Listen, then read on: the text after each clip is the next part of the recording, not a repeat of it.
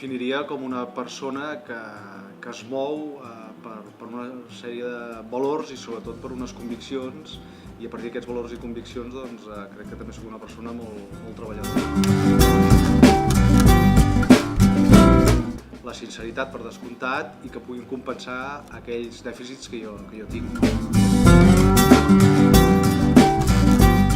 El benestar és sentir-se feliç i realitzat en aquesta vida, no?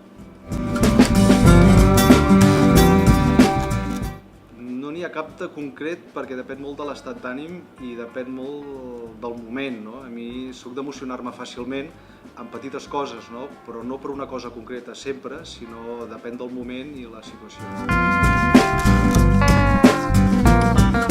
Jo he a l'adolescent. Bé, quan jo era adolescent, el món de l'excursionisme, el món de grups d'esplai, etc., doncs home sí, el Lluís Llach relligava moltes coses.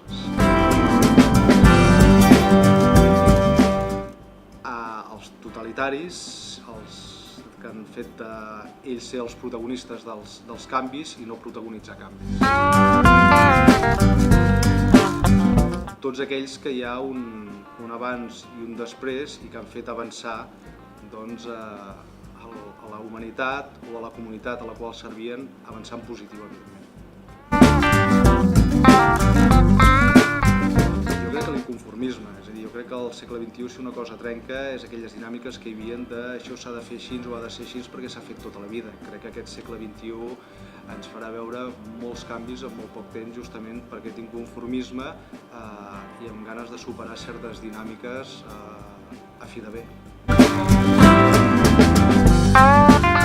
Sentir-te compromès amb una terra, Catalunya, amb una gent, i sentir-te compromès en el sentit de l'acció en diferents àmbits de la vida al servei de fer aquest país millor perquè la gent hi visqui millor.